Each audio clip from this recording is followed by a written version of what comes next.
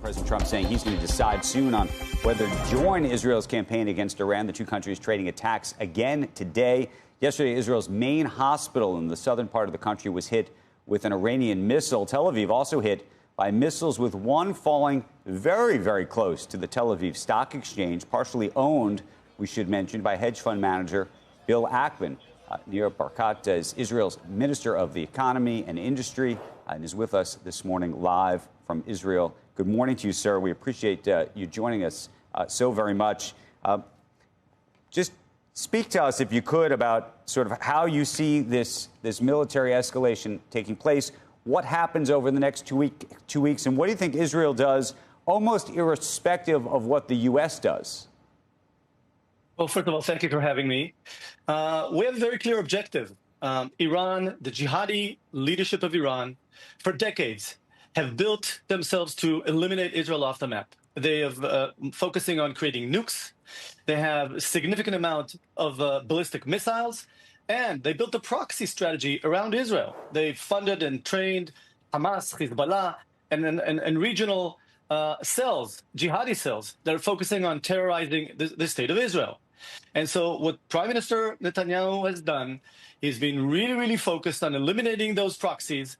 And now we're focusing on making sure that Iran will never have the capabilities of nukes and will never have those capabilities of ballistic missiles to target Israel. Any country in the world understands what we're doing right now. And I think that the Iranian regime now understands that it's not worthwhile messing with Israel. Minister, though, the question is, the U.S. has these bunker-busting bombs, and there's a question whether the bunker-busting bombs work. It is at all to begin with, but it's also clear that Israel doesn't have, I don't think, that kind of weaponry. And so if the U.S. doesn't come in behind Israel, what happens? Well, I think we've demonstrated the creativity of the warfare Israel knows and is capable of doing. You saw the beepers in Lebanon crunching Hezbollah. You saw the first phase of the war, eliminating leaders of Iran, at least their army. And you saw that one stage after the other, we know how to get our things done. We've done our homework, and we're not going to stop. We're not going to stop. We're going to do this ourselves if needed. And if others join us, more than welcome, because we're not just fighting Israel's war. I want to share with you that this morning we saw pictures from Iran burning the Israeli flag and the U.S. flag. We in Israel are considered the little Satan, and the big Satan is the United States. We're all aligned here. We have the same goals, fighting jihadists that want to kill us. So when the president says that he needs 2 weeks to decide what to do and to maybe sort of pursue some kind of diplomatic resolution to this, what's your position? Does that we help understand you? The end game. Well, eventually, we will not stop this war until we are sure they do not have those capabilities. Because if they have those capabilities, they demonstrated that they will use them. If the proxies work, they used them in October 7. We cannot allow that again. They used hundreds of ballistic missiles targeting at Israel, and unfortunately we saw where also Israeli citizens have been, innocent civilians have been killed. You saw the attack on the hospital today, and we want to make sure that they never have nukes. We believe them, that they mean to use those nukes to eliminate Israel. We will not let that happen. So regardless if the U.S. joins us, and we'd of course be very happy to, but that's President Trump's decision to make, we are committed to the same, to the goals eventually. We have no choice but to make sure they don't have those capabilities.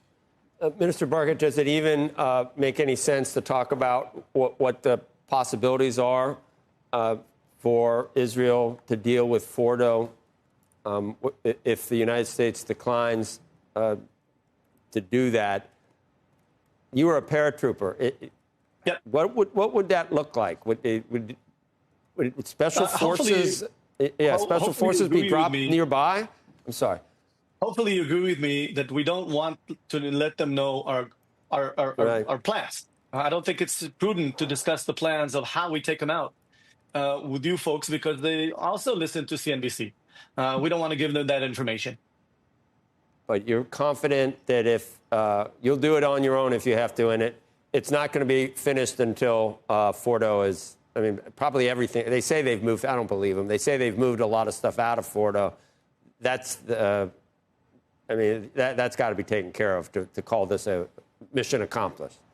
We will accomplish all the goals of the war with Iran. We will accomplish all the goals in Gaza. We want our 53 hostages that are still in the tunnels, in the dungeons of Gaza. We want to make sure that Hamas will never exist after this war. They have to completely surrender, put down their weapon. And that day, by the way, the day that they return our hostages and put down their weapon, the war in Gaza will stop.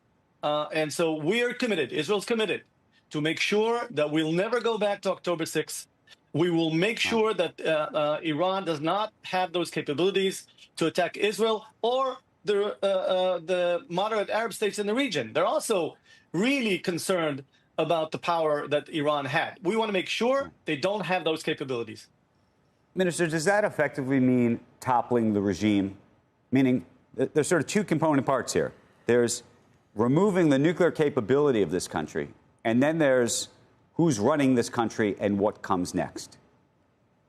Yeah, that's a decision of the people of Iran. I mean, if they do, we certainly won't shed a tear. And if we could chip in a bit of help, that we will do that.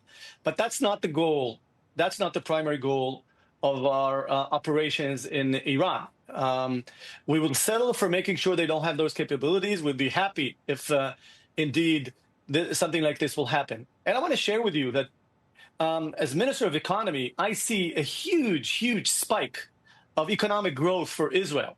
The region in the Middle East is looking for us to complete the work. I'm sure that the Abraham Accords that President Trump really pushed forward could expand to include the Saudis, Indonesia, Azerbaijan, and we'll probably also find new solutions, different solutions with some of the leaders, local leaders in Israel to join the Abraham Accords in Judea and Samaria. And I'm very optimistic. I understand that the more you become bad with the bad guys, the better we become with the good guys. And the new alliances that will happen at the end of this war, I'm sure we're going to get significant prosperity, not just in our region. The world would be much, much better, much safer without Iran being such a bully as they were and still are, and we'll make sure they don't. Mr. Barkat, if President Trump is watching and he sees that Israel is going to handle this one way or another, doesn't that sort of induce him maybe to stay out and say they're going to handle this? I mean, there is risks to the United States getting involved, and there's a lot of discussion on both sides over here about whether to do that. I mean, if you can handle it, I'm sure he'd prefer that you would handle it. I think the loss of life would probably be worse and extended, and all the fighting would go on much longer, obviously. So that might be something to consider. But well, if I could do you need the United States help? You need the United States help or not? First of all, I could certainly say on behalf of all of Israelis and my prime minister and the whole government, we're very thankful, extremely thankful to President Trump and the United States. We use a lot of your weaponry. We get supply. We get your sort of an umbrella protecting Israel in the United Nations.